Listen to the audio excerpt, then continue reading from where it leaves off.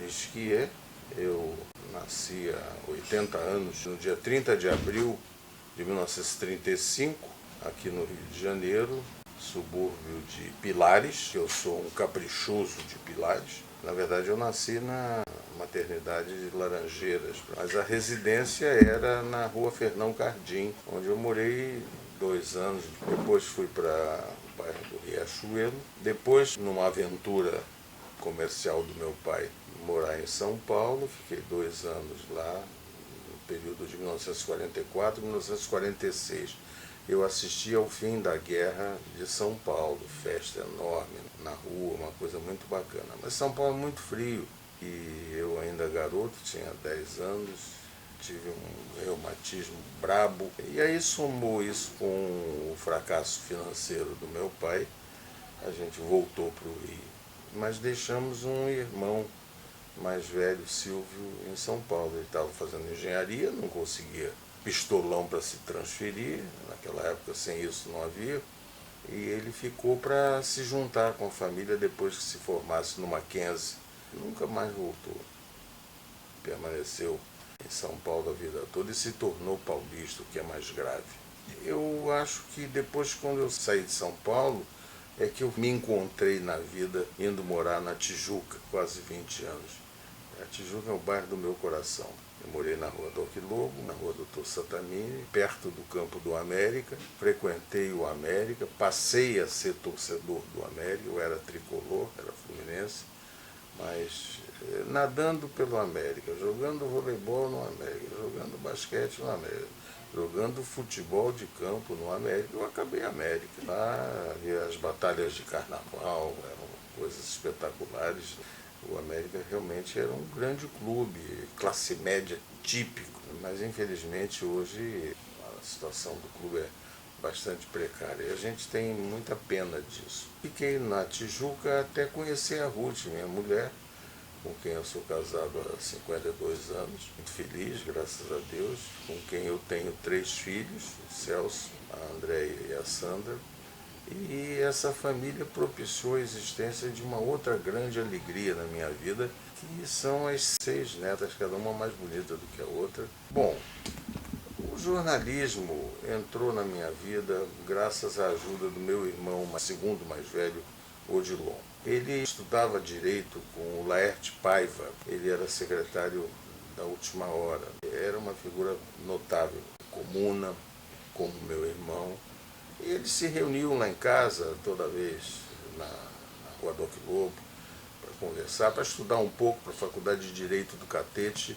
E uma vez o Odilon disse: "Ô Laerte, o Arnaldo tem 15 anos, escreve muito bem, é primeiro aluno de turma o tempo todo. Por que você não arranja um trabalho para ele na Última Hora?"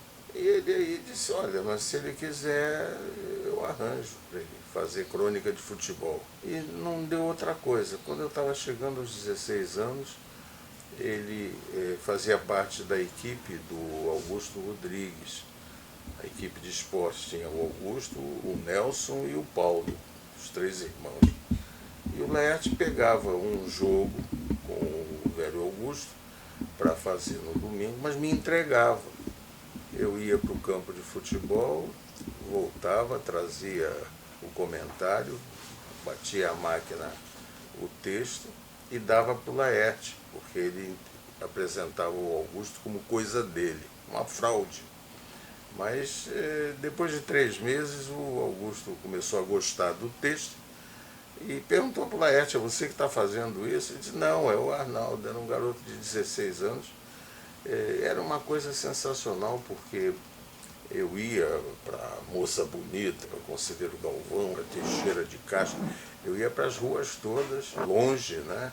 Minha mãe fazia um sanduíchezinho para mim, porque eu ia voltar para casa à meia-noite. Tinha que, depois do jogo, ir para a Avenida Presidente Vargas, onde tinha a linda sede da Última Hora. Tinha que fazer o texto e depois tinha que corrigir. E lá pelas tantas eu arranjei o lugar de revisor da Última Hora, que era uma maneira de melhorar um pouco mais a grana, né? Sempre fez muita falta. Eu trabalhei uns 3 anos na Última Hora, até os 18 anos, quando de repente o Augusto Rodrigues vem com a novidade e tinha sido convidado pelo Adolfo Bloch para fazer a Manchete Esportiva. O Adolfo Bloch tinha a revista Manchete desde 52, nós estávamos no ano de 55, e queria fazer uma manchete esportiva no mesmo formato, grande, bonito, da manchetona, como a gente chamava. E o Augusto convidou a mim e ao Ney Bianchi de Almeida para sermos os assistentes dele, ganhando pela primeira vez um salário de R$ 5.000, que era muito dinheiro. O salário mínimo na época era 600 pratas.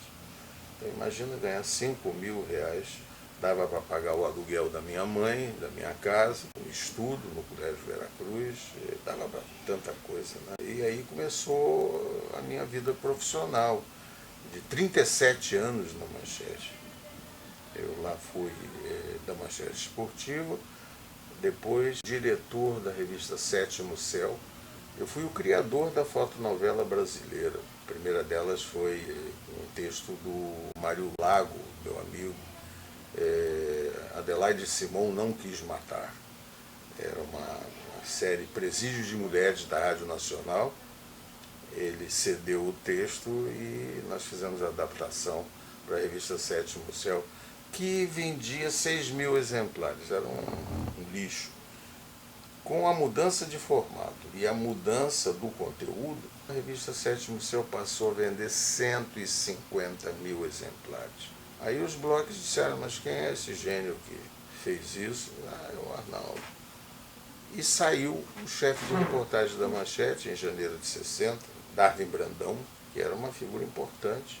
E aí disseram, se o Darwin Brandão saiu, bota o Arnaldo como chefe de reportagem. Aí engraçado, um diretor de publicidade disse assim, olha, eu sou contra, porque o Arnaldo mora na Zona Norte, ele é tijucano, e a Manchete precisa de um morador da Zona Sul, um cara que tenha a cabeça de Zona Sul.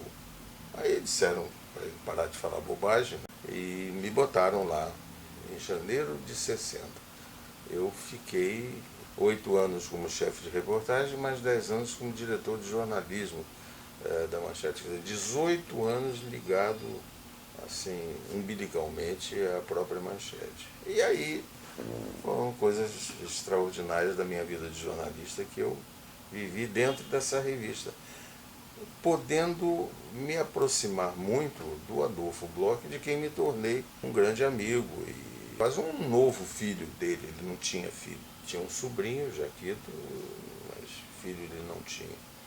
Então eu me tornei muito íntimo dele e acompanhei a extraordinária dedicação dele ao veículo e ao mesmo tempo o sucesso que foi a Manchete. A Manchete passou o Cruzeiro nesse período e chegou a ter 250.000 exemplares de tiragem, era uma coisa espetacular. E assisti a cenas incríveis sobre a vida do Adolfo e o temperamento do Adolfo, que não era fácil. Ele era chamado de titio por nós todos e ele gostava de se chamar de titio. Titio é fogo, né? O titio faz, o titio acontece. E a gente aí ia acabando repetindo o tratamento que ele próprio se dava, né? Mas uma coisa interessante, por exemplo, eu fui a Israel, foi a primeira visita que eu fiz a Israel e que ele também fez, em 67, 3 meses depois da famosa Guerra de 67 em Israel. Ele foi com a dona Lucia, esposa dele, e eu fui com a Ruth, minha mulher. E estávamos lá visitando Jerusalém, e lá pelas tantas eu vi uma altercação do Adolfo com a dona Lucia. Ela pediu dinheiro para ele e ele disse, não tenho, não trouxe, não precisa gastar nada. E piscou o olho para mim, eu fiquei firme. Aí a dona Lucia foi indo com a Ruth, caminhando para visitar o Muro das Lamentações. Aí o Adolfo me puxou num canto e disse assim, Arnaldo, você tem dinheiro? Eu disse, não, senhor Adolfo, eu vim com a conta do chá. Por quê? Para ela eu não dou. Ela era a mulher dele, né? Aí me deu uma nota de $100, fez um bem enorme. Com essa grana eu pude comprar os presentes para a família, minha mãe, né, meus irmãos e tudo. Então o Adolfo era muito generoso. Às vezes não, mas em geral era. Quando ele cometia alguma grossura, e ele era usual nisso, ele, 3 minutos depois, ele já estava com outro sentimento. Ele dizia: seu Arnaldo, qualquer raiva de mais de 3 minutos é patológica. Aprenda isso. Então, quando ele agredia alguém, isso era usual, ele pegava um corte de fazenda italiana, ou pegava uma garrafa de champanhe, um queijo francês, e dava para a vítima. É engraçado. Aí tinha muita gente que gostaria de levar um esculacho do Adolfo, porque sabia que em seguida ia receber algum mimo, algum presente, alguma coisa assim. Mas essa violência do Adolfo era uma coisa, vamos dizer assim, do temperamento russo dele. Uma vez nós almoçamos no 7º andar da Rua Frecaneca, 511, e ele resolveu vir descendo os andares 7º, 6º, 5º. No 5º tinha as oficinas. E lá encontrou um tipógrafo dormindo logo depois do almoço, entre as máquinas. Aí o Adolfo cutucou o cara, xingou a mãe dele, esculhambou o cara, né? Porque estava dormindo em horário de expediente. Aí o sujeito não conversou, avançou para cima do Adolfo e enfiou a mão nele, deu um soco no nariz. E o Adolfo tinha um nariz enorme, nariz russo, né? E começou a sangrar. Aí, bom, levou o Adolfo para o Souza Aguiar, que fica a 5 minutos dali da Frecaneca, e ele foi para o Souza Aguiar, foi pensado, botaram os paradrapos no nariz dele. Aí eu perguntei para ele: o senhor vai mandar embora o operário? Ele disse: não, não vou mandar embora porque eu fui grosso com ele. Ele teve razão de reagir dessa forma. Então vejam, quer dizer, como é que se pode imaginar que um patrão vai deixar um cara que deu um soco na cara dele, quebrou o nariz dele? Esse era o Adolfo Bloch, de uma competência como tipógrafo extraordinária. Isso explica muito do sucesso da gráfica Bloch no Brasil todo, grandes projetos, além de coisas usuais como a loteria esportiva. Rodar a loteria esportiva era uma coisa comum na Manchete, e tinha máquinas que só faziam isso, só rodavam a loteria esportiva, outra só rodava a gilete, outra só rodava o invólucro da praianinha, da cachaça. Uma vez eu vi ele rodar 20 milhões de rótulos da praianinha. Aí eu fiquei imaginando, 20 milhões de rótulos são 20 milhões de garrafas. Como se bebe nessa terra, né? Houve uma história quando eu era chefe de reportagem da Manchete, eu gostava muito de lidar com os fotógrafos. E eles vinham sempre à redação conversar, Gervásio Batista, Nicolau Drey, Janquiel Gonçarovski, que foi inclusive quem fez o meu casamento com a Ruth. Eram bons amigos. Entre eles havia o Alberto Jacó, morador da favela, um bom fotógrafo. E ele estava na redação, depois do almoço, olhando a National Geographic Magazine. E só dizia assim: mas meu Deus, que impressão, que cores bonitas. E o Adolfo vem vindo por trás dele, chegou e disse assim: o que você está falando aí, Jacó?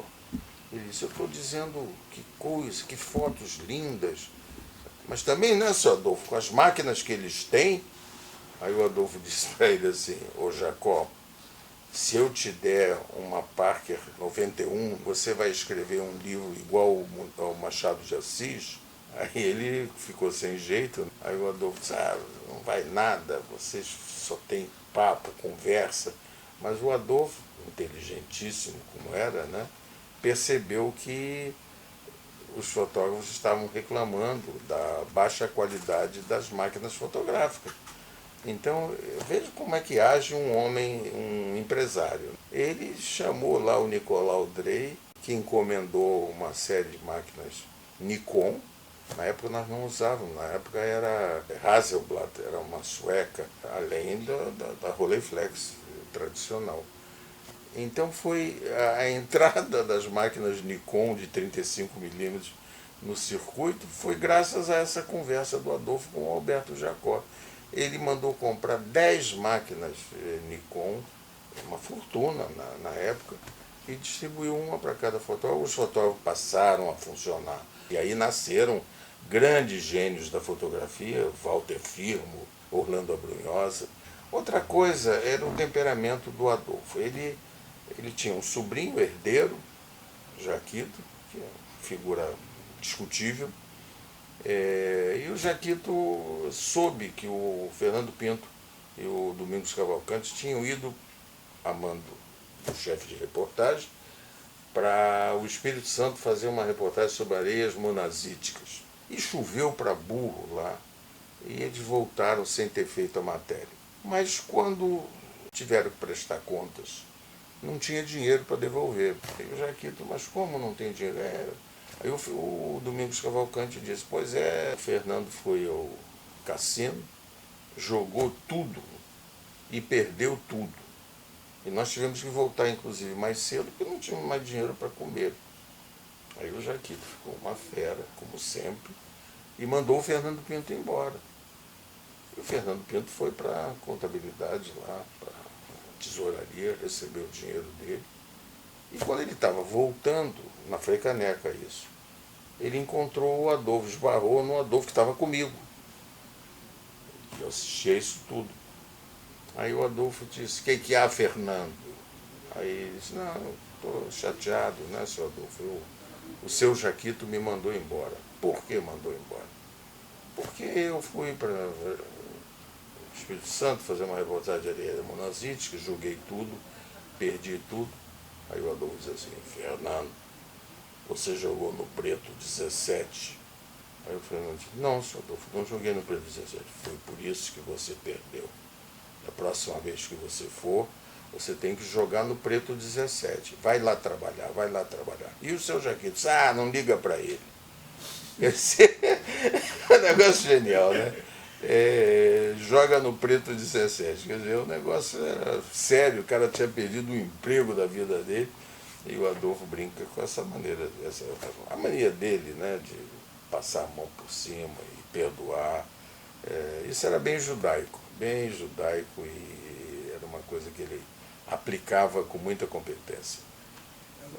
Quando a nova geração, o Jaquito, Oscar, eu participei um pouco disso também, entendeu o que devia dizer o Adolfo para deixar ganhar as televisões em rede no Brasil, que era importante para complemento das revistas ter também emissoras de televisão, nenhum de nós podia imaginar o que ia acabar acontecendo. O Adolfo, naquela ocasião, tinha em banco 26 milhões de dólares. Eu vou repetir, 26 milhões de dólares. É dinheiro para burro. Esse dinheiro foi todo consumido nos primeiros momentos da TV Manchete, na compra de equipamento e principalmente uma coisa que ele considerava inadmissível, na compra de filmes.